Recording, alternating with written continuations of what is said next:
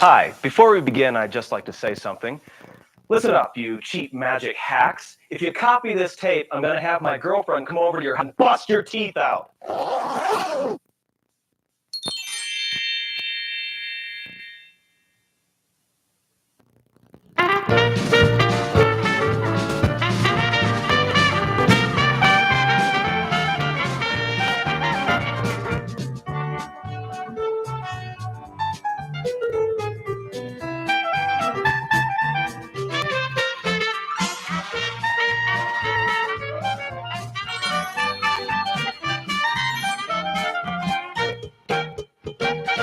That's great.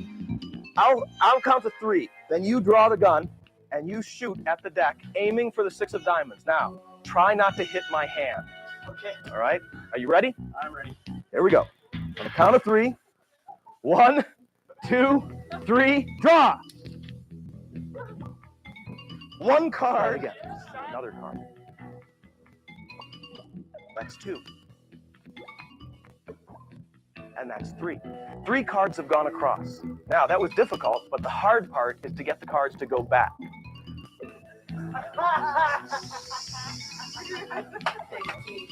Please make an appearance. Very good.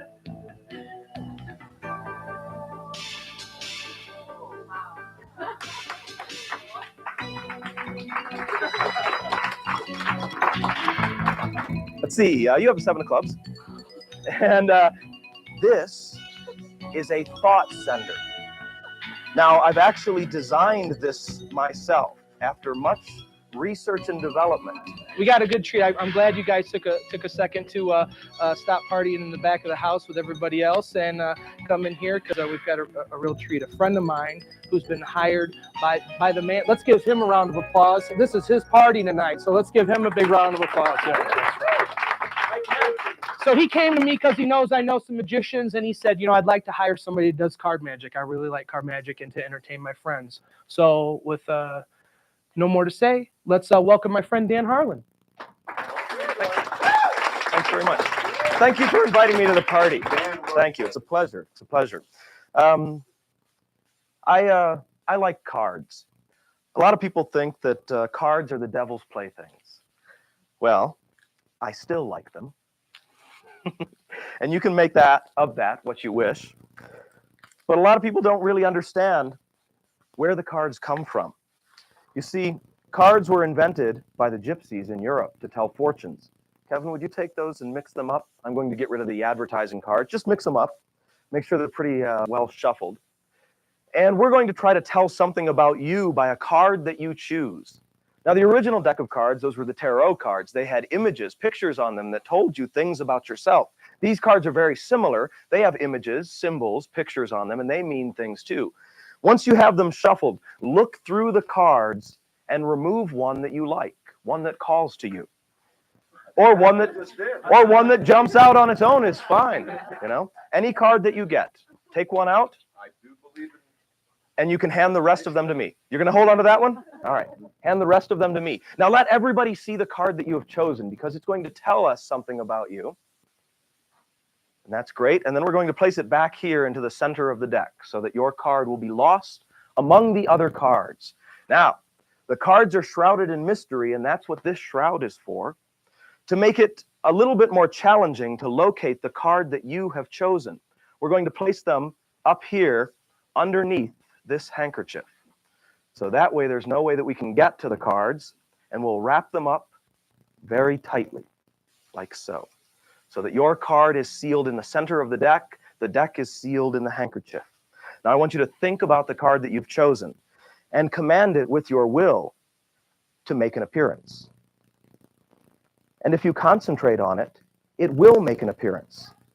Not just an appearance in the deck, but it will actually find its way through the material of the handkerchief, cutting right through it.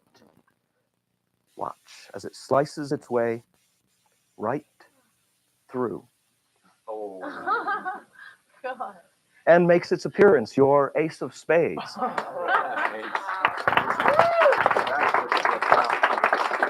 Hold on to that. Now, the ace of spades, that was originally the ace of swords. That means that you are in command of your intellect. You have a directed will, just like that card coming through here. But of course, the weird part is that it leaves no opening at all. That is just too Strange, huh? Isn't that strange? All right. Well, thank you very much. Thank you very much. Let's take this one back. I'm going to try something a little challenging with the cards. What is your name? Renee. Hi, Renee. How are you? Come on up here. Come on up here. I'd like you to stand over here on this side. And Kevin, would you do me a favor and stand on this side? We're going to try something a little bit challenging with these cards. This is something unusual. You don't get a chance to see this very often. Mostly with card magic, you think of a card being chosen, but we're going to try something a little bit different. Okay? I'm going to give each of you 10 cards. Okay, so that's 1, 2, 3, 4, 5, 6, 7, 8, 9, 10 cards for Renee. And we'll do the same thing for you. That's 1, 2, 3, 4, 5, 6, 7, 8, 9, 10 cards. I want you to keep those cards squared up, just like that. 10 cards to each of you.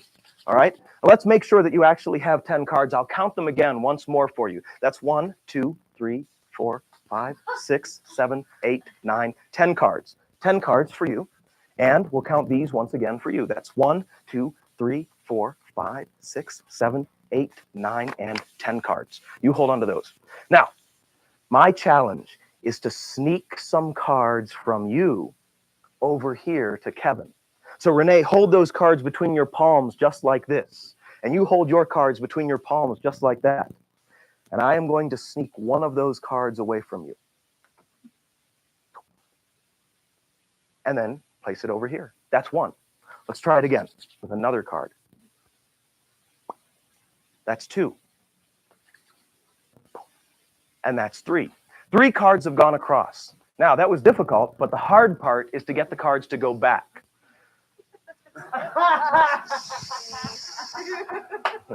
Which I will do in a moment. First, let's count Renee's cards.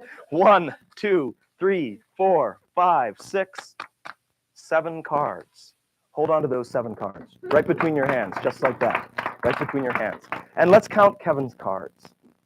That's 1, 2, 3, 4, 5, 6, 7, 8, 9, 10, 11, 12, 13 cards. Very strange. Very strange. Now, Kevin, hold on to those cards. And it's just like I said, it is harder to get them to go back because now you're watching more closely. That's 1. That's 2. That's 3. Open your hands, please. 1, 2, 3, 4, 5, 6, 7, 8, 9, and 10 cards. Hold on to those 10 cards. Don't let anything come into or out of your hands. You definitely have 10 cards. And let's count yours.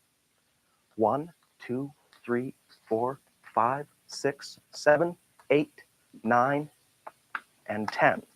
Hold on to those 10 cards and don't let anything go into or out of your hands. Now, you saw me do it once. Kevin, you're going to do it. You will make one of Renee's cards travel from her hands between your hands.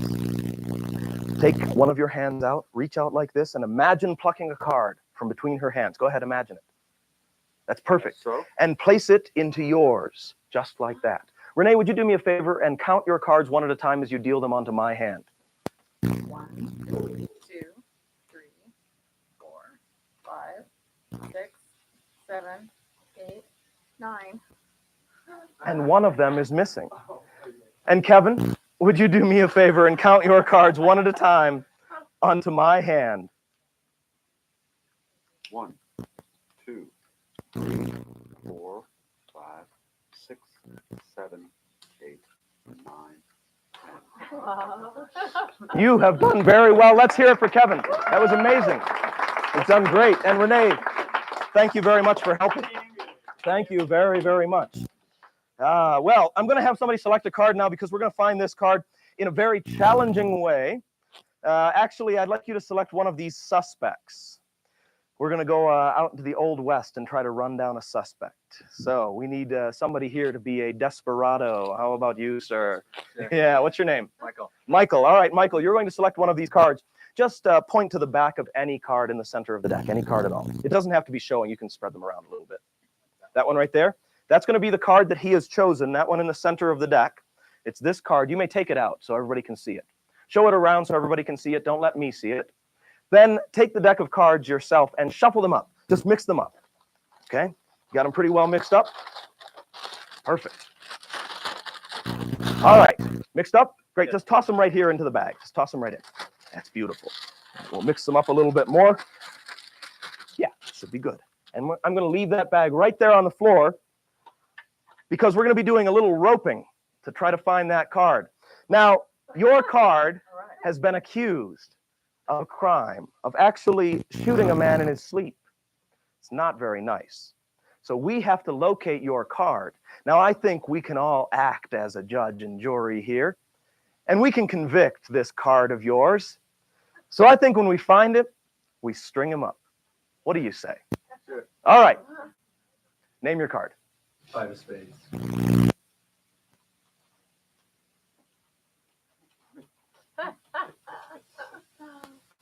Yeah. No way. Oh my God.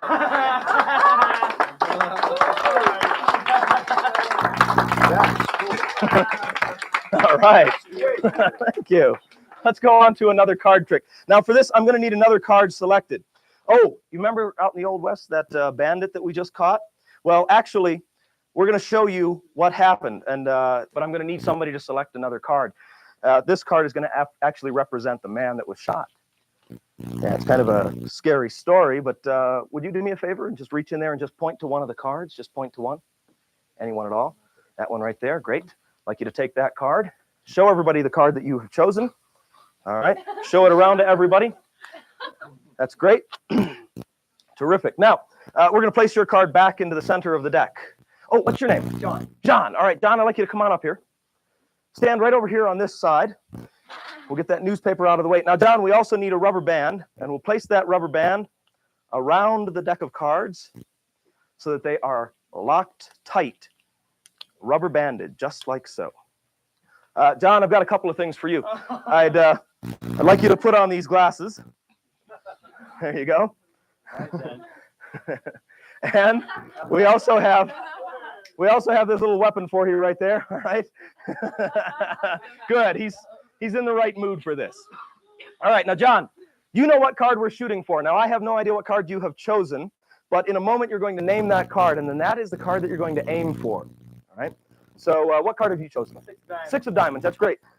I'll count to 3. Then you draw the gun and you shoot at the deck, aiming for the 6 of diamonds. Now, try not to hit my hand. Okay. All right. Are you ready? I'm ready. Here we go. On the count of 3. 1, 2, 3. Draw. 1 card shot out of the deck. Pick it up, John. Show everybody. Pick up the card. Show them the bullet hole right through the center of your card. Let's give him a big round of applause. We'll take that stuff. You can keep that card as a souvenir. Let's hear it for John. Did a great job.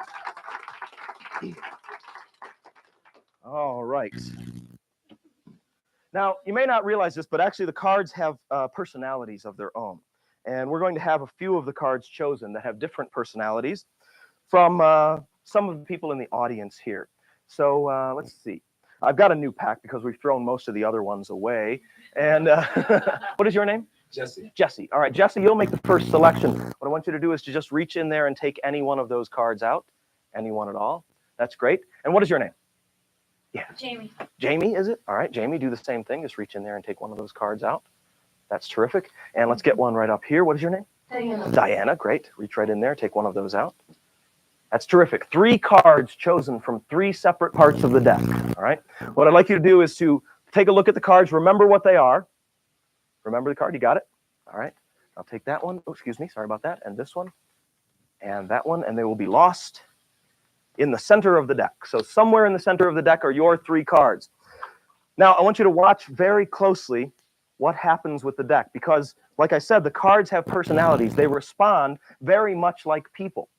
So when I tell you to, I want you to name your card and ask for it to show itself. Do you remember the name of your card? Great. All right. What is the name of your card? Queen of Hearts. Ah, the Queen. Now ask the Queen to make her appearance. Kind Queen, please make an appearance. Very good. Oh, Whoa. wow.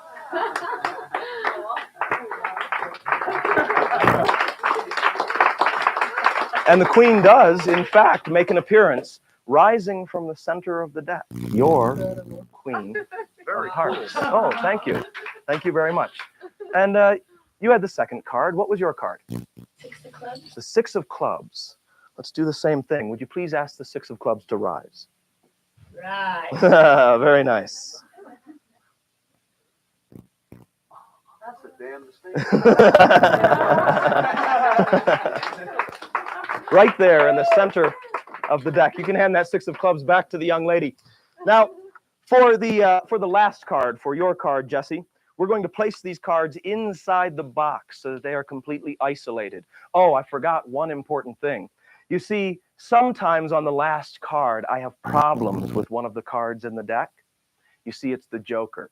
If he doesn't get to come out before the last card, he gets jealous.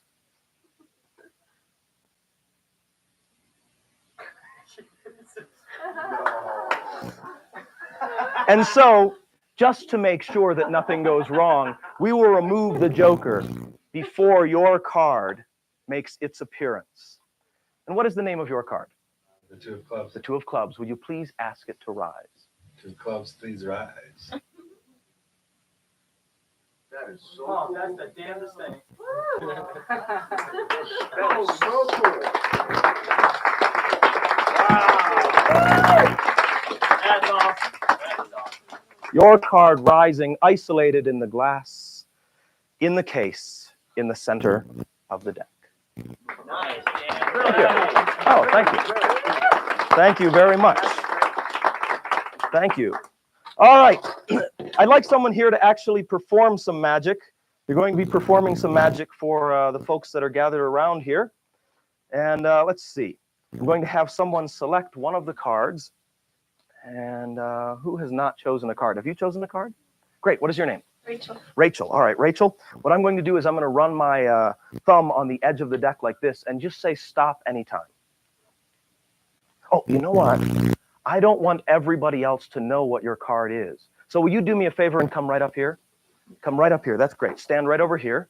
All right. Thank you, Rachel. I'll run my thumb along the edge of the deck like this and just say stop anytime. That's great. And what I want you to do is to look at the card that you stopped me at, but don't let anybody else see it. Have you got it? Yeah. All right.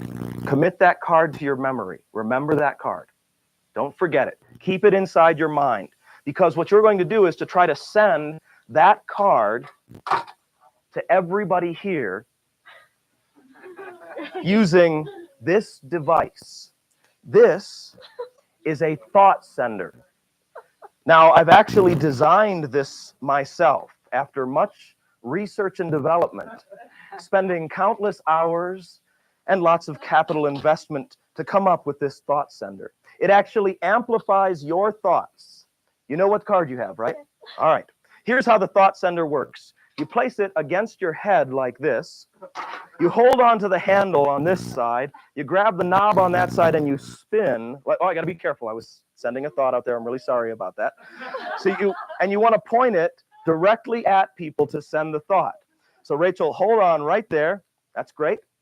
And you're going to be pointing it directly out at people, and they will try to pick up your thoughts. Have you got it? Put it right up against your forehead and show it over to them over there so that they hopefully get the card that you're thinking of.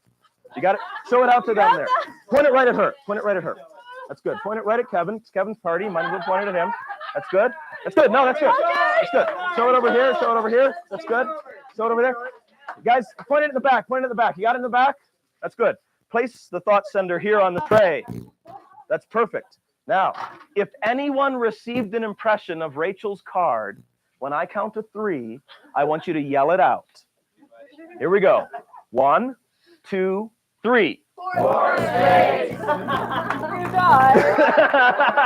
Let's give her a big round of applause.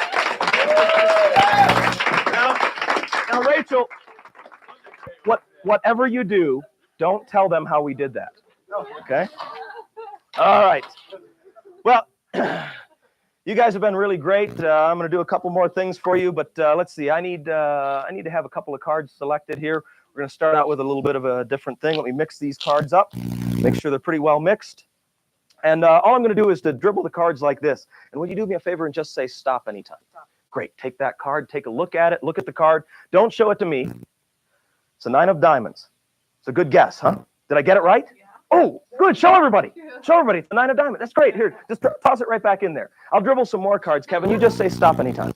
Stop. Right there. Take that card out. Take a look at it. You can show it around to everybody if you want to, but don't let me see it. It's a Jack of diamonds. Yeah, did I get it? Oh, I'm just guessing. I'm getting really lucky. This is good. This is good. All right. Now, a lot of people might think that maybe I'm looking at the backs of the cards or something like that. So I'm going to turn my head away as I dribble the cards like this and just say stop anytime. Stop right there. Take the card off of the top. That's great. Now, don't let me see what it is. You can hold it up so everybody else can see it. All right. You got it. It's 4 clubs. Yep. Yep. Good. Good. I got it. That's pretty cool, huh? All right. Well, let's try it in a more difficult way. We'll try it in a more difficult way. I'm going to have a few cards chosen. Just a few cards chosen. Would you do me a favor? I'm just going to dribble like this. Just say stop anytime. Great. And let's see. We'll have one card here and one card for you. We'll have you take a card. We'll have you take a card. That's great. So we've got about 4 cards. Okay. So I'm going to try to zero in on those 4 cards. If I get your card right, I want you to hand it to me. Okay. If I get your card right. So focus on your card. Let's see. You have the 7 of clubs. And you have the 10 of hearts. And you have the king of spades. And you have the 3 of diamonds. But you also are holding another card. Okay, that threw me off. 3 of diamonds. Thank you very much. That's great. That's great. Pretty cool. It's just a little bit of mentalism. Just a little bit of mentalism. Once you get familiar with the cards, you can actually pick up the vibrations of one card and another, just like that. It's just that simple. Now, I'm going to try this with somebody, but this is going to be a kind of weird way to try it. Let's see. We could have Jesse help out. Would you come up here? Let's give him a round of applause as he makes his way up here. All right, great. Yeah, you can just toss it right in there. Okay, Jesse, take the cards and shuffle them up yourself. Give them a good mixing. Make sure they're well mixed. Got them all mixed up? Terrific. What I'd like you to do is to select one of the cards and sign your name on the face of it. Now, don't show me what the card is, but just sign your name right across the face. And you can hand me the rest of the deck. This way, just in case you think that there's maybe a duplicate card, you know I don't have another card that has Jesse's name on it. All right? So just write it right on the face of your card, right across the face, and that'd be fine. Now, what this is doing is putting his vibrations on the card. So in a moment, he's going to find his own card using those vibrations. See, I am completely familiar with the cards, so I can tell what the cards are while they're in your hands, but he will find his own card using his name. All right, great. What I'd like you to do is to just toss your card right back in the center of the deck. That's great. So we have it lost somewhere in the middle. We'll make sure it's really well mixed up so that there's no possible way to find the card. Now, if we look through the cards face up, eventually we would find Jesse's card, but we're not going to look through them face up. Instead, I'm going to place them out here on this case face down. And Jesse, I want you to kind of zero in on one card. Raise your finger like this. Raise your finger like this. That's great. When I place the cards out here, I'll spread them out, and you drop your finger right down on the first card that calls out to you. Okay? The very first card that calls out to you. Are you ready? All right, here we go. The very first card that calls out to you. Go ahead. That one, push it out. Push it out. That's great. Yep. All right, and turn it over and show everybody your signature on the card. Show. Okay, try another one. Maybe you missed that's okay. You missed the first time. Try another one. Push it right out. Turn it over and show everybody the signature on it. Okay, well here, let me take those and push another one out there. We've got 50 more. Okay, we're narrowing it down. Just push another one out. He's going to get it here eventually. I'll tell you what, I think maybe the problem is that he's not picking up the vibrations because his card is no longer there. Actually, your card, yeah. No, you may not believe me, but I find when people sign cards, it's kind of like a souvenir. It's very valuable to me. So I like to keep it in a safe place. And I keep my valuables in my shoe. It's true.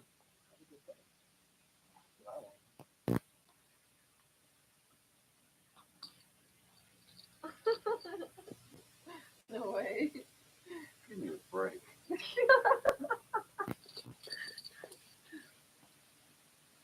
The hollow legs. Yeah, dude, this is. Right down deep inside my shoe, one signed card with Jesse's name on it. Thank you very much. Thank you very much. You guys have been great. It's been real fun performing for you. Have a good party. Well, that was another great show. And now that the audience has gone home and it's just you and I, let's talk about what's needed to put together a really great show like that. Since we're using a briefcase, you're going to have to be very organized because you need to pack everything small inside your case. To help you with this, I use a show planning form. Now you'll notice that this show planning form is divided into 9 sections. There are 3 effects in 3 sections each. It's actually a triple trilogy. Now you don't have to plan your show this way. I just find that this is the easiest one for me. So the first effect is a first impression. And the second one is when you get acquainted with your audience. The third one is kind of wrapping that section up, getting right to the point of the magic. Then you go into something that's unique, a little different. Then you do something that's visual, quick, in the center section. And then you display your dexterity, your skill, or maybe a classic of magic. And then you do something that's relaxed at this point. They've seen most of the show. This section, number 7, is used as a lead-in for your big show-stopping number, which you put at number 8. Contrary to popular belief, the showstopper is not the last thing in the show.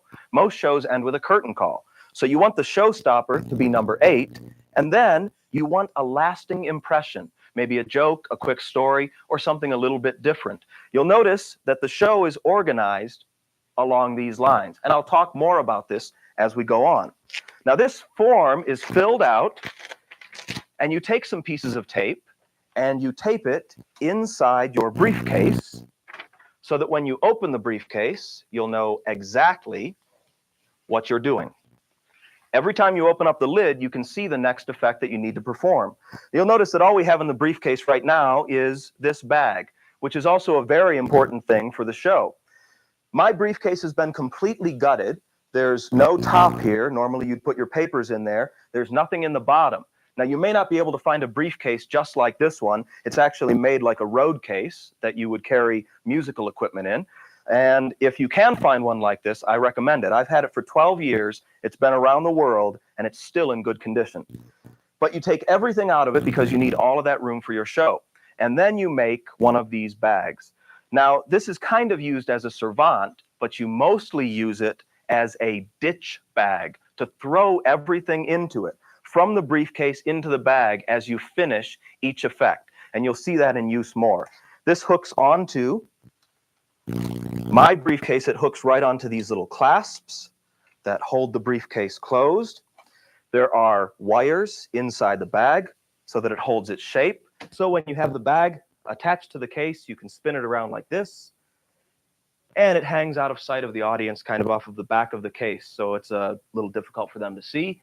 But you can use it to cycle your props from here in the case into the bag so that you can get at the fresh props that you need for the next effect. Now, for the card routine, I'm just going to keep the bag hanging in front here so it's like you're backstage. And we're going to need the case loaded up with everything that we need for stand-up magic with cards. Hey, that was pretty quick. So now we have the case all loaded up with all of our equipment. We've got the sheet here that we can reference so we know the order of the effects. And we start off with a classic, a nice classic. It's a very beautiful effect to use to open Stand Up with Cards. You don't really get to see it that often. It's the card through the handkerchief. And it's actually pretty simple to do. So let me show you what we do. The first thing is any card is really selected, and it's brought to the top. Now, I performed a pass. You don't have to use the pass if you don't want to, but I'll show you my technique on the pass just in case. So the card that we're going to use in this case will be the 9 of clubs. We'll just use the top card. I like the pass to happen when it makes sense, when there's action. And I don't wait. I don't hesitate on the pass. Here's what happens. The spectator returns the 9 of clubs. It's in my left hand. My right hand approaches with its deck, but it's facing out. Then my left hand comes up, grabs onto the right hand's half. The pass is performed as both hands come down. So that's the action that I use for the pass. So I'll show it to you again. 9 of clubs is here. It's returned. I bring the hands together, down, and out. And that's where the pass happens. Now, when that's done for an audience, it's very easy for you to perform the pass under those conditions because you're working from the audience. Oh, there's your card. It comes up here. Thank you. And you're done. You're squaring it when you're supposed to be squaring it. And it looks like you've just replaced it and squared it into the center. So now you've performed the pass and you're already ready with their card on the top. Now you're going to wrap it into the handkerchief. And as you wrap it into the handkerchief, you palm the card. Now you don't have to do a one-handed top palm here because your other hand is steadying the deck. So as your hand steadies the deck here from above, you're palming the card underneath the handkerchief. So I'll give you an exposed view of that. The handkerchief is over the cards like this. I steady it from above, and I pull that card down into palm like so. So now when I pick up the end of the deck facing outward like this, my right hand comes out from the handkerchief with the palmed card, comes forward to the back side of the handkerchief, and the deck is laid onto my right hand. So the palm card goes on the outside of the handkerchief, directly behind the cards that are inside. And that's the situation that you're in. So there's the selected card. Now you wrap the selected card in the handkerchief like this so that it makes kind of a tube for that card to slide in. And you push it a little bit up in the tube and then turn the handkerchief upside down. So now the handkerchief will hold that card in place, but as you shake it, it works its way closer to the edge, and you can see it from your side. So you know the moment that it's going to apparently penetrate the cloth. So you can say, and there it is, working its way through the fabric, right through the material. And if you keep a nice firm grip on the cards up here and on the cloth right at that point, it binds the card so that it doesn't fall all the way out. So it really does look like it's emerging through the handkerchief. And then you pull the card the rest of the way out. You set that down or give it to the spectator. And now you're going to unwrap the cards that remain by placing your thumb into that triangle and unwrapping here from the top and then pulling this back so that the image that everyone gets is the deck of cards in the center of the handkerchief and the other had somehow gone through that, and then you show that there is no opening, that there's no slit, that there's no way that the card could have gone through. And now you still have the deck, you get rid of the handkerchief, and you're ready to go into the second effect. And for our second effect in this case, we are doing the cards across. So the cards across, in the performance as you saw, we just need to get the deck back from the spectator, and we immediately go into the cards across. Now, I'll show you what I did for the cards across. This is my presentation for it and my method for performing it because there's no palming ever, anywhere. I never palm any of the cards, and I don't have to worry about palming them off and then transferring them to this pile, any of that kind of thing. So I say that I'm going to give each of the spectators 10 cards. The first count that I do is a false count. I count off 1, 2, 3, 4, 5. Then on the count of 6, I take one card back from the top. 6, 7, 8, 9, 10. So there are actually 9 cards here. So it flies by like this. 1, 2, 3, 4, 5, 6, 7, 8, 9, 10. Now from the front, everybody sees every face of every card. They see one card twice, but it goes by quickly enough that they don't realize that it's there. So I put those 10 cards in a spectator's hand over here. Now I do a legitimate 10-card count that looks the same. 1, 2, 3, 4, 5, 6, 7, 8, 9, 10. And I push off one extra card, and as I square these against the deck, I actually pick that card up and square, making 11 cards. So that count looks like 1, 2, 3, 4, 5, 6, 7, 8, 9, 10. Those 10 cards are yours. That extra card is added during the squaring action. So now we have 9 and 11. From this point on, those numbers will never change. There's never any palming from one pile to the other. It's all based on false counts. But the false counts are very convincing. So the first thing that we do is we make sure that there really are 10 cards over here. There's 11 cards, so I have to count these 10 cards like 11. It's really easy to do. On number 9, I'm just going to take 2 cards. So 1, 2, 3, 4, 5, 6, 7, 8. Now I have 3 cards in my hand, but if I push, I can take 2 as 1. 9, 10. Those go back into the spectator's hand here. I use exactly the same count that I had used to give her the 10 cards to show that there are 10 cards here. 1, 2, 3, 4, 5, 6, 7, 8, 9, 10. Same count. She has 10 cards. Now I say I'm going to make 3 cards go from her to him, and it's very easy to make 1 card go because that's the actual situation. So you say that card's gone. There's number 2. There's number 3. Now I have to count these cards as 7. That's 9 cards counted as 7, which again is very simple to do. 1, 2, 3, 4, 5. Multiple push off on 6 and 7. So it goes by very quickly. 1, 2, 3, 4, 5, 6, 7. So those are the apparently 7 cards that she has over here. Now, with his cards, I have to count 11 cards as 13. So I have to do 2 false counts here. I have to do 2 extra cards. So I'm going to deal them here on the table and count them as 13. To do this, I count 1, 2, 3, and I take 1 back on the count of 3. 1, 2, 3. I take 1 back. So there's actually 2 cards going to the table. Then I say 4, 5, 6. I take the same 1 back. 2 cards go to the table. And now I count the rest normally. 7, 8, 9, 10, 11, 12, and 13. So it seems like he has 13 cards. So the count goes 1, 2, 3, 4, 5, 6, 7, 8, 9, 10, 11, 12, and 13. So it seems like she has 7 and he has 13. Now I say I'm going to make them go back to the way they were, and I do the previous false count to count 10 and 10. So with his, I do multiple push-off on number 9. With hers, I do an extra card on number 6, same false count. And now the ending is that he will make 1 card go from her packet to his packet. They really believe they have 10 cards now. So when he makes 1 card come across and they do the counts into my hands, it's always been unbalanced, but they didn't know that. So she counts really 9 cards into my hand, and he really counts 11 cards into my hand, and you leave them with that image of him making a single card go across. That's my presentation of the cards across. Now we move on to the next effect. And for the next effect, we're going to have a card selected. Now we need this card selected to match the card that's here in the bag. Let me show you what we've got in the bag first of all. Inside the paper bag is a noose that's been made up to fit around a single playing card.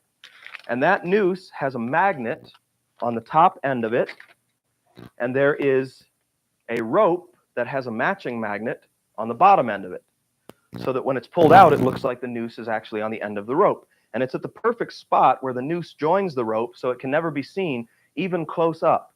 If you get a really nice tight shot of that, you can see that it looks really good, like the rope is going right into the noose. But that's where the magnet is. So we have the magnet break right there, goes right in to the noose like so. So what's in the bag is whatever card you're going to force in the noose. In this case, it's the Ace of Hearts. That goes down in the bottom. Now, since it's just a card and a piece of rope, it's light enough so that when you open up the bag, it seems like the bag is empty. And then the bag just gets placed out here onto the floor. And as I do that, I make sure that this end of the noose that has the magnet is pointing up in a position where I can get to it. I have to make sure that I can get to that noose with the end of the rope. Now I'm going to be forcing the ace of hearts. The ace of hearts is here on the bottom of the deck. And the way that it's forced is very simple. I spread the cards like this, and I bring the ace of hearts back around so that it's actually square with the top card. So I move that card with my fingers. Now the spectator points to any card in the center of the deck. I separate the cards at that point. This is the card that they pointed to.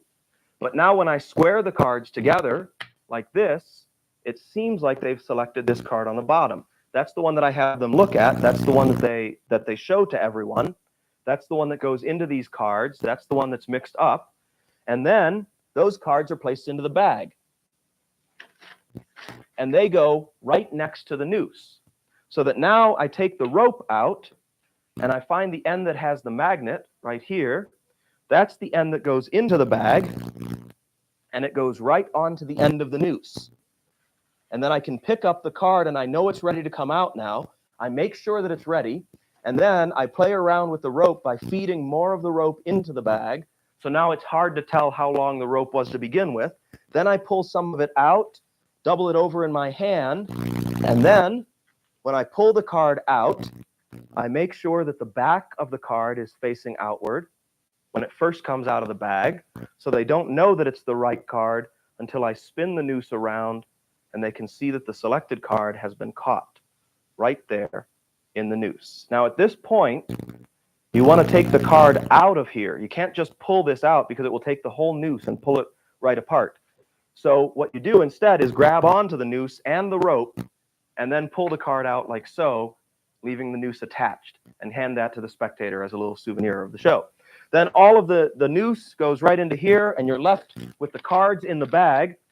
You pull those out, and at this point in my stand-up routine, I normally tell a story.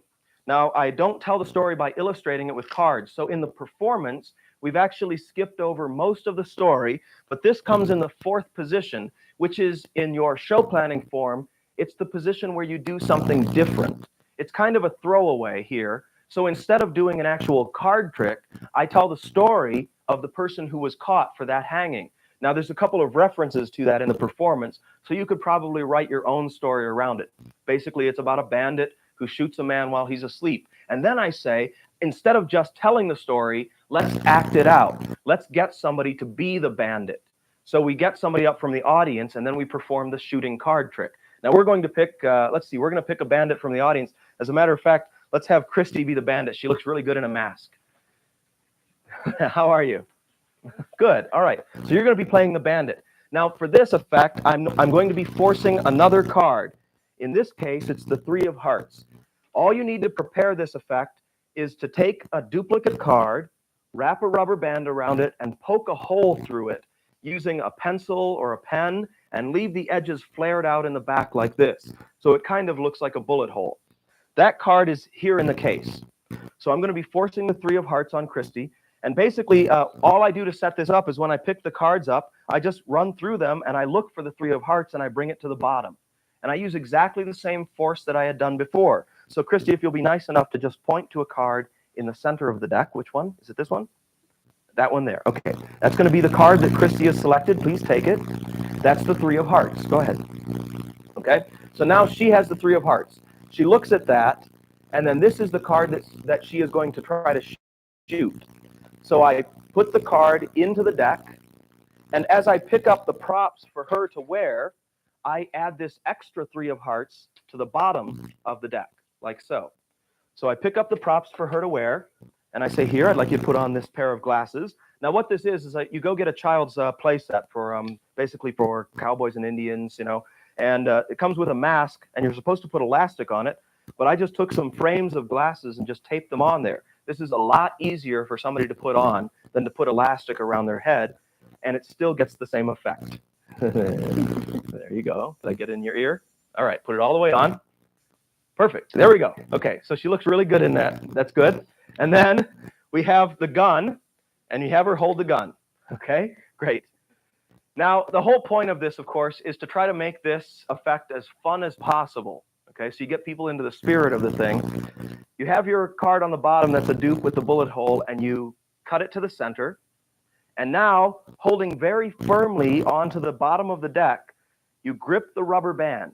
and you say, I'm going to get a rubber band and put it around the cards as you go into the case. But you don't actually pick up a rubber band. You pick up the rubber band that's around that duplicate card. Now, without twisting it, you place it, you open it up, and you place it over the end of the deck and snap it in place. So now the condition that it's in is going around the whole deck, but underneath the duplicate card that has the bullet hole in it. Then you hold the deck up like this, kind of pointing the top edge a little bit back. You can bevel the cards just a little bit and point it back so that they can't see that separation. You hold it like this. You have the spectator raise the gun. Go ahead. No, point it at the cards, not at me. All right. Right for the cards, and you're going to be aiming for your card. And your card was what? The 3 of hearts. That's right. So you'll be aiming for the 3 of hearts. And as soon as you have everybody count off and she shoots, you can point the cards forward and release pressure, which you've been holding, and the card will shoot out. So on the count of 3, 1, 2, 3, and the card shoots out as though she shot it. So the card comes out, lays on the floor, and you can have the spectator pick it up, and there's a bullet hole in the card, and it is the 3 of hearts, the very same one. Thank you very much. You make a wonderful bandit. All right. So then we move on. Now, you might have noticed up to this point that I have not had people signing cards. What's interesting, I think, as far as magician's logic goes, is that they think all the selections have to be signed, that people will immediately think that there's a duplicate card. Well, in each of these cases, I first of all start out with the card through the handkerchief. It wouldn't matter if it was a duplicate or not. So they're amazed by that one. Then I go on to the cards across, and it doesn't matter what the cards are, so they're not signed. Then the one appears in a noose. Well, that's just amazing as it is, and the fact that it's the right card, they know nothing about the duplicates. Now, I also believe that if your force is clean, you don't have to worry about having it signed. They really think that they could have picked any card. So in this case, it's got the bullet hole in it. They believe it's the same card, and somehow you got a hole to appear in it. It's very strong stuff. Now we're going to be going into the rising cards. And we don't need to have the cards signed for this either, because the magic is that they rise. Well, here's a couple of things. You're going to need to make up some stuff. This is the rising card glass. Now, basically, I just went to a glassware section in a thrift store, and I found a plastic glass that I could cut these lines into. You use a Dremel tool, and you can actually grind those lines into there. That disguises the fact that there's a large rectangular hole cut in the back of the glass.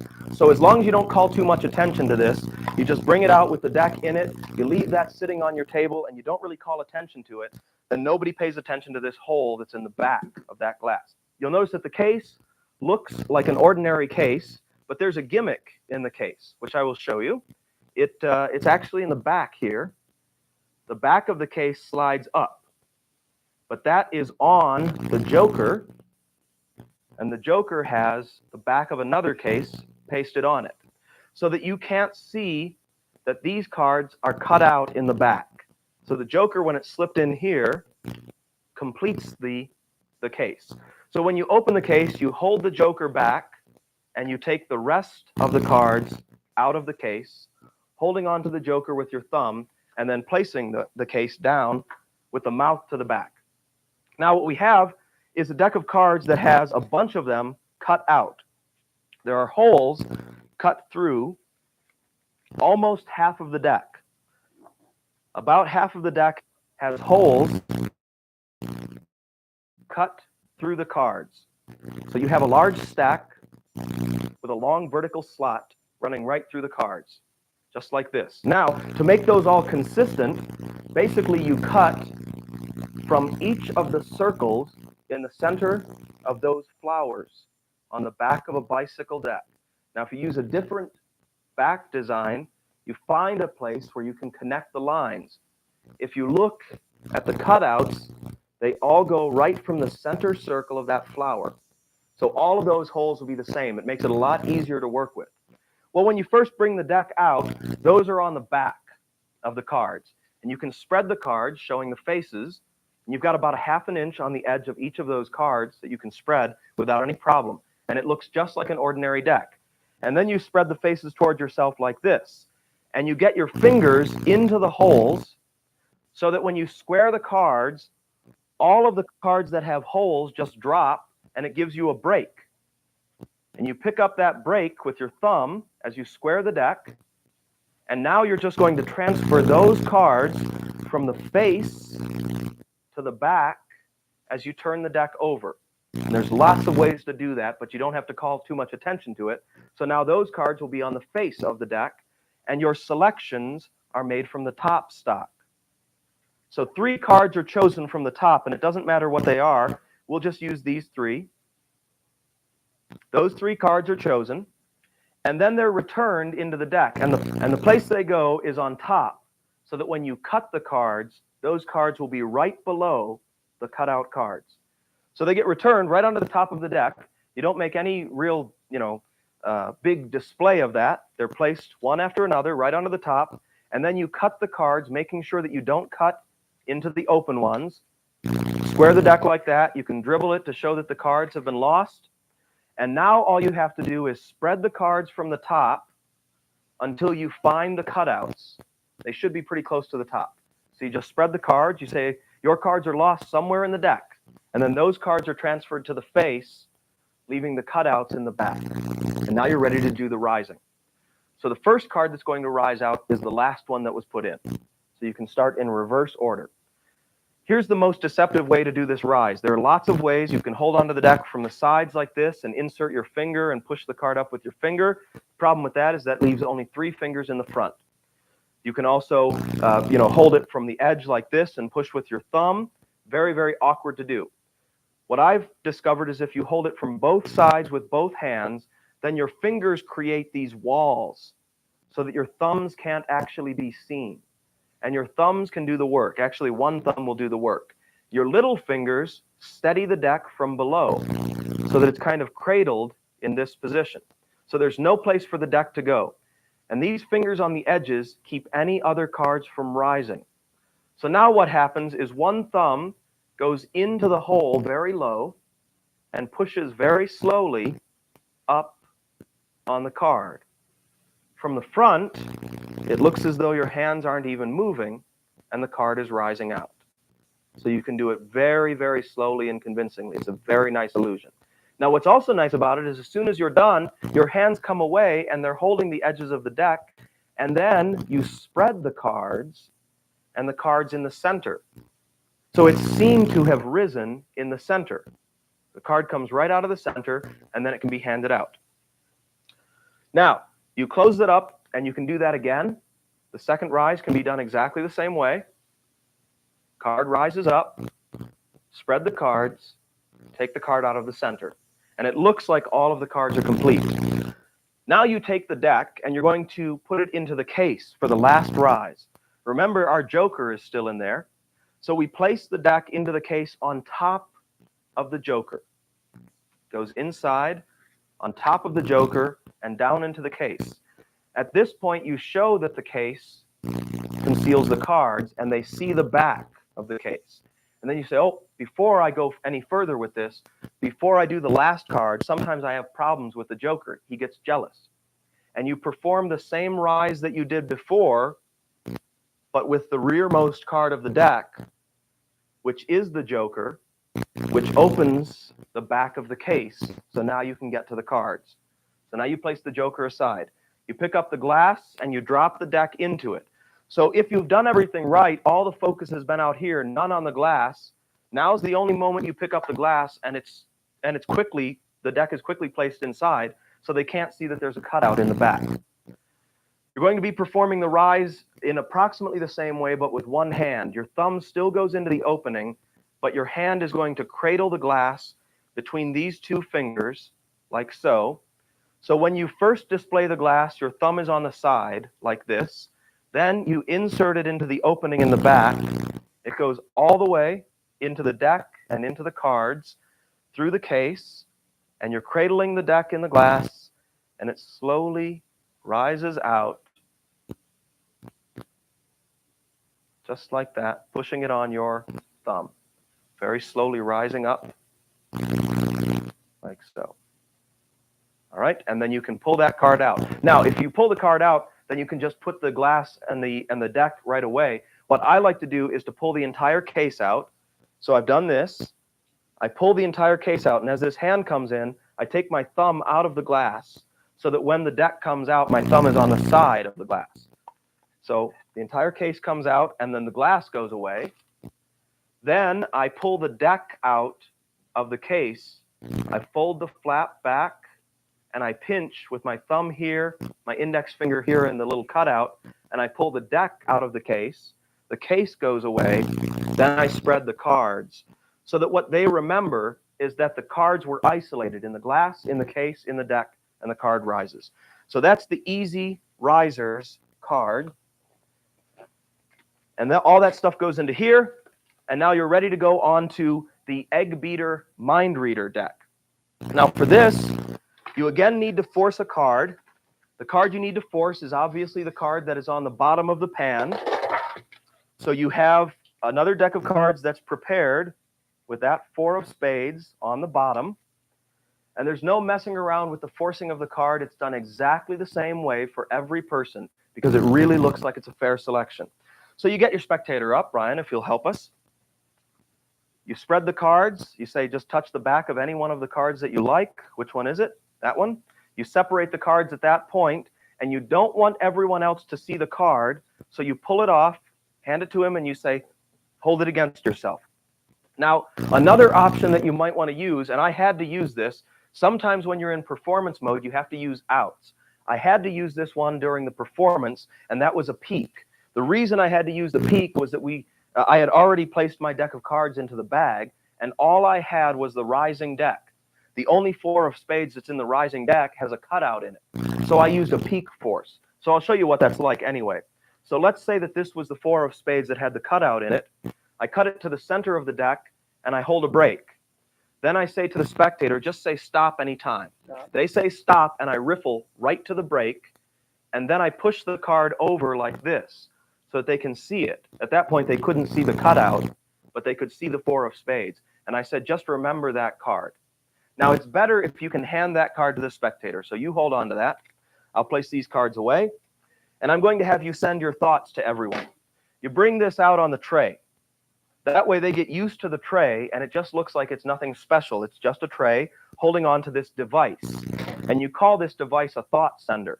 Talk about how much design went into it, and then hand it to them. Explain how they use it. Grab onto the handle. Grab the knob on the other side. You put it up against your head. And then you point it out toward them. Now you start using the tray to gesture, since it's in your hand anyway. And in a very natural way, you're cueing the entire audience. You say, yeah, over there, that would be good. Are you guys getting any impression? Terrific. Do it a little bit on this side. Let them kind of get your thoughts over here. So now they see the 4 of spades the whole time. I think they're getting it. I think they're getting it. Place it back on the tray. And now it goes away. And in a very natural action, you have cued the entire audience to yell their card all at the same time. When I count to 3, 1, 2, 3, everybody says 4 of spades. And they're completely shocked that the whole audience has received their thoughts. You give them a big round of applause. And if you've done it right, no one in the audience will tell this person how it worked. They'll keep them guessing all night long. Thanks, Brian. Okay. All right. Well, now we're just about finished with the performance. What we're going to do is some quick things right here. This is kind of to get your big standing ovation to go for the card routine. So a way that I've found to build the standing ovation is to use a Cy Stebbins deck. Stebbins setup is a very simple card setup. Now the cards are in chased order. That's clubs, hearts, spades, diamonds. If you take all the consonants of the word chased, capitalize them. That's a C, that's an H, small a, large S, small e, large D. C-H-S-D. Clubs, hearts, spades, diamonds. So that's the order that these cards are in. There's clubs, hearts, spades, diamonds. Clubs, hearts, spades, diamonds. Continuing throughout the deck. And each card is 3 more than the card that comes before it. So we have an ace plus 3 is 4. 4 plus 3 is 7, then a 10, then a king. Now we have to start over in the cycle. From a king, we go ace, 2, 3. So there's the 3, then a 6, 9, then a queen is like a 12. From a queen, we start over again. It's queen, that's king, ace, 2. So a 2 is next, then a 5, an 8, a jack. Jack's like an 11. So from a jack, we go jack, queen, king, and we're back to an ace, and the cycle repeats. So each card is 3 more than the one that comes before it. So now basically with that, if I cut anywhere and I look at the bottom card, the queen of spades, that tells me the card that's on the top. Clubs, hearts, spades, diamonds. The top card is a diamond, a queen, king, ace, two. It's the two of diamonds. So the top card's the two of diamonds. So all of that happens in your mind, and once you get used to it, you can do it very quickly. Now it's going to look like I shuffle the deck, but I don't actually shuffle the deck. But it does look like I'm shuffling the cards. And here's the false shuffle that I like to use. You riffle the cards onto your fingers as though you're preparing for a shuffle. You'll notice that my left index finger is hooked over. My right index finger is hooked back on top of its cards. I wedge the right cards into the fork between my left thumb and index finger, and I riffle them down onto the stack, like so. That makes the shuffling noise. Then I just rotate both halves together, and I push them together square. So the false shuffle looks and sounds like a real shuffle. Now, if you want to make it even more convincing, you can do the shuffle on your knee. You raise your knee and shuffle them together. So it really looks like you're shuffling up the cards. Now, you can cut these cards because the order is in a cycle. So it doesn't matter where you cut. So now you have somebody select a card. As soon as they take the card out of the center, you cut the deck at that point. And look at the bottom card. The bottom card tells me what that card is. That's the king of spades. Remember, clubs, hearts, spades, +3. The king of spades is the card they've selected. So without having the cards marked, I can know instantly what card they have selected just by looking at the bottom card. So you do this a couple of times, and you get the impression from them, and you get the cards. And then you have a bunch of people select cards, and each of those people that has a selected card, when you reveal it, you tell them to stand up. And the way that the bunch of cards is selected is you just have somebody cut off anywhere, and wherever they cut, you just start handing out cards from that point. And all of these cards go out into the audience, to whoever you want them to. And this card will cue you in to the first card of that stack. So 6 of diamonds, clubs, hearts, spades, diamonds, it's a club, the first one. 6 + 3 is 9. So the first card I call off is the 9 of clubs. That's going to be the first card out here. So I say 9 of clubs, then I say queen of hearts, then I say 2 of spades, then I go on, and I know how many cards I've handed out. So I call them all out, and each person with a card stands up, and if you've done it properly, you will get your standing ovation and the applause from knowing all of those cards. All right, now we're ready to go into the last section. The last section is the only part where we have a card signed. The only reason I have a card signed is because this is the only effect where a card just goes from one place to another place, and it's a selected card. The other one, something weird happens to the card. It's in a noose, it's got a bullet hole through it, it goes through a handkerchief, it rises up out of the deck. This is the only one where it goes from the deck into my shoe, so I really want to have a signature on it so they know it's the very same card, so that there's no way that I could have gotten to my shoe. Well, this is a very simple effect to do. I'll do it with an unsigned card just so that you can see the moves. Very simple to do. All you do is have a card signed, put into the deck, and controlled to the top. So I just perform a pass. It's the same way that I did the pass for the card through the handkerchief. Now this is a fair selection. They take whatever card they want. We'll use the 5 of spades in this case. And as that card is returned to the deck, I show the card. It goes back into the deck. These come on, and I perform the pass. And the 5 of spades is on top. Now I rotate the cards face up. And I'm going to be performing the Mercury card fold, which is a really easy card fold to do. Index finger goes across the top. My thumb is extended across the bottom. I squeeze the card down against my thumb, squeeze my hand over it. It's folded into quarters that quick, and it goes up against the back of the deck. Okay, so the Mercury card fold, very easy fold. Use just one action, and you've got the card folded in quarters. And it doesn't matter how cleanly the card is folded, but I suggest you practice it so that you can do it smoothly. It's not a fast action, just a smooth action. Looks like you're squaring the deck, and you're left in a position where you can show the cards, and that card is hidden in your fingers. Now what's going to happen is I'm going to spread the cards out here on this table surface, on top of the briefcase, while the spectator is going to point to one of the cards. So I flip the cards face down, I keep the selected card here, and as these cards hit, my foot comes up behind my leg. Now I've got microphone cords on here right now, but you can get the idea that my hand and my foot come very close together. So as I lean down here, that foot comes up. And all I have to do is insert this card right into my shoe. Now I'll basically switch hands for you so you can see it without the microphone cord in place. If the card is here in my right hand, and I spread the cards out with my left, as I lean in, I kick this foot up. And the card goes right into the side of my shoe. So it goes right beside my foot, not actually down in, but right beside the foot, like so. So it's just wedged in place. These cards are spread out here, and I just leave it wedged into the side of my shoe like this. It doesn't have to go very far. It can be sticking out a lot, because from this side of my shoe, you can't see the card. So all I have to do is get it in there as quickly as I can and spread these cards out. Now, they won't find their selected card here.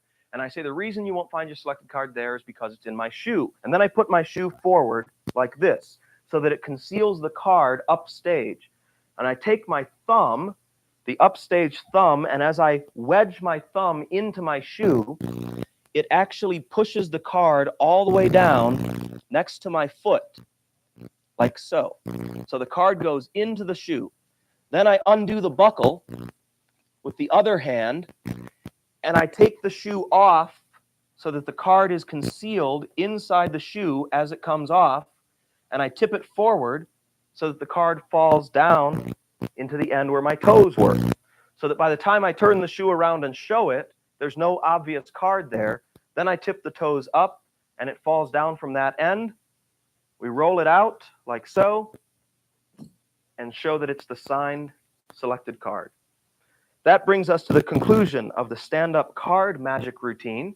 I certainly hope you've enjoyed watching this and learning some stand-up card magic, and that you've learned to pack small and play big. Thank you for joining me.